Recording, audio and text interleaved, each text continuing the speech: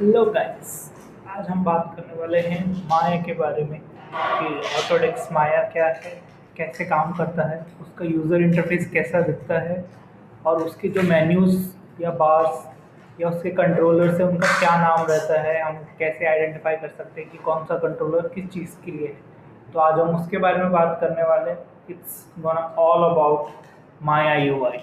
Let's start. तो जब भी आप अपना माया ओपन करोगे वो कुछ इस तरीके से दिखेगा। बहुत सारे नए नए कंट्रोलर्स होंगे। अगर आपने कभी पहले यूज़ नहीं किया है तो उस चीज़ को लेके आपको ओवरवेल्म नहीं होना है, ठीक है। उसके बाद हम जानेंगे। तो हम ऊपर वाले मेन्यू बार को हम दो पार्ट में डिवाइड कर सकते हैं, जिसमें से एक होता है कोर, जिसमें आता है file, edit, create, select, modified, display and window. जो आप कुछ भी ऑप्शन सेलेक्ट करते हैं वो चेंज नहीं होता है, वो ऐसे के ऐसे ही रहते हैं। दूसरा ऑप्शन आता है मेन मेन्यू, जैसे मैश, एडिट मैश। ये कैसे चेंज होता है, जब हम डायनामिक मेन्यू में जाते हैं तो उसमें अगर मैं मॉडलिंग से रिगिंग में जाता हूँ तो आप देखेंगे कि विंडो के बाद जितने ऑप्शंस थे वो चेंज हो चुके हैं।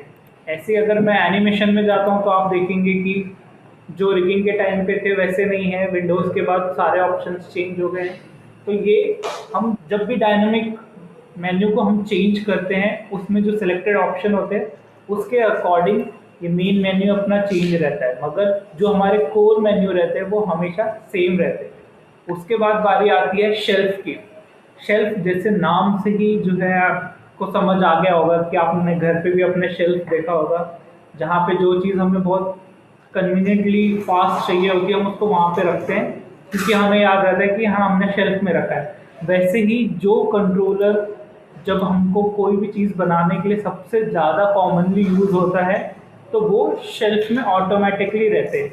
अगर हमको चाहिए कि यहाँ पे नहीं है और हमको अपनी तरफ से ऐड करना है तो वो कस्टम शेल्फ रहता है, जहाँ पे हम अपने हिसाब से कुछ भी ऐड करना चाहें जो हमें लगता है कि वो इस वाले शेल्फ में या इन शेल्फ जो ऑटोमेटिकली माया ने दिया है उसमें से नहीं है, तो हम कस्टम में डालते हैं ताकि अपने को ईजी हो, it for just for convenience.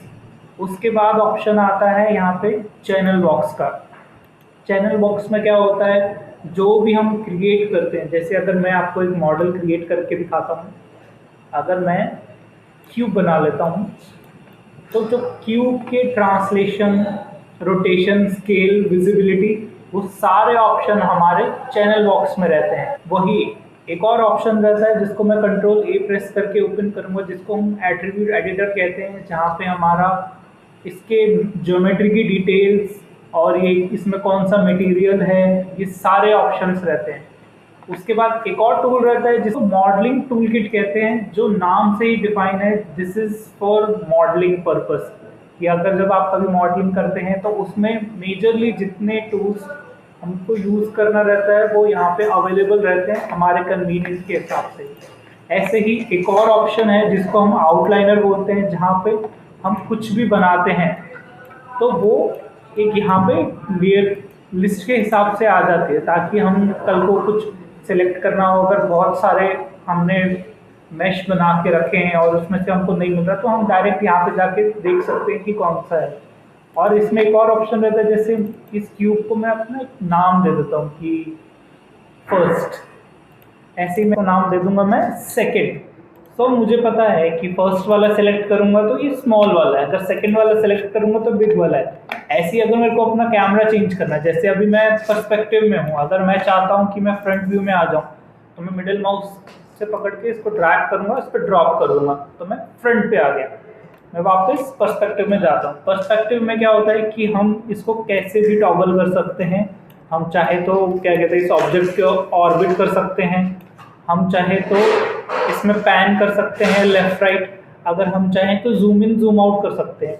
ये हमारा पर्सपेक्टिव रहता है। ऐसे ही और सारे ऑप्शन रहते हैं, ऑर्थोग्राफिक व्यू बोलते हैं। फॉर एग्जांपल जैसे हमारा टॉप व्यू है, फ्रंट व्यू है, साइड व्यू है, क्योंकि इसमें क्या होता है कि हम जो है इसको ऑर्बिट नहीं कर सकते, ठीक है। हम पैन कर सकते हैं, जूम इन जूम आउट कर सकते हैं, मगर इसका ऑर्बिट नहीं कर सकते जैसे हम पर्सपेक्टिव में करते हैं। तो इससे क्या होता है कि अगर हमें किसी चीज़ को प्रिसाइसली बनाना हो तो हम टॉप से देख के बना सकते हैं कि अच्छा हाँ टॉप से ये ऐसा दिखेगा, सेम अगर मेरे को फ्रंट से देखना है तो फ्रंट से ही ऐसा दिखेगा। तो ये सारे कंट्रोलर इसके लिए यूज़ किए जाते हैं। आज के लिए इतना ही।